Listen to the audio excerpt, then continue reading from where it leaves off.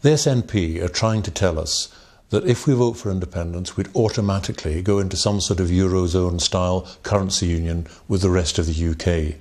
Now, they can't guarantee that you'd ever get such an agreement. They can't guarantee that the terms under a Eurozone-style currency arrangement would be acceptable to Scotland. And therefore, they can't guarantee that we'd get to keep the pound. We might have to have our own currency or something mad like that. Now, I'm not the only one concerned about this. We want to hear from people around the country.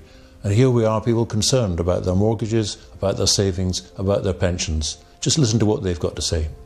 Well, I mean, the SNP's plans don't really seem to make much sense. They talk about walking away from our biggest partner, our biggest sort of market, but at the same time, not walking away. There seems to be a little bit of confusion about it. So I don't really see exactly how well it's been thought through, and actually, you start to wonder then, with all this uncertainty, what does that then mean for things like, my parents' mortgage or their pensions? So it doesn't really seem as if it's been particularly well thought through.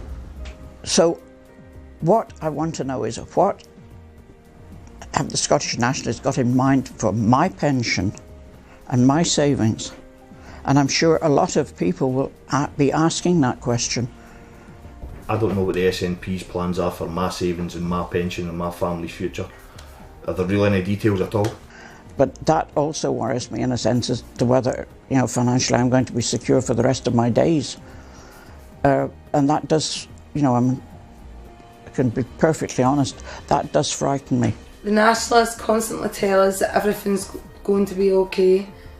They've deceived us before, how can we trust them? But we know that they've been caught out before on issues like our membership of Europe, and I don't think they're really being that candid with people. We're telling the rest of the UK that we don't want to be part of the same country as them anymore, but we want to keep the same currency. That's just doesn't make, it's no logical to me.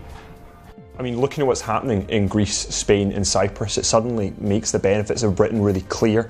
And obviously, if we did opt for separation, we'd be leaving everything about Britain, and that obviously includes the fantastic sort of safety and security that's provided in tough times. At least with the security of the pound, we do know who is behind our savings and pensions.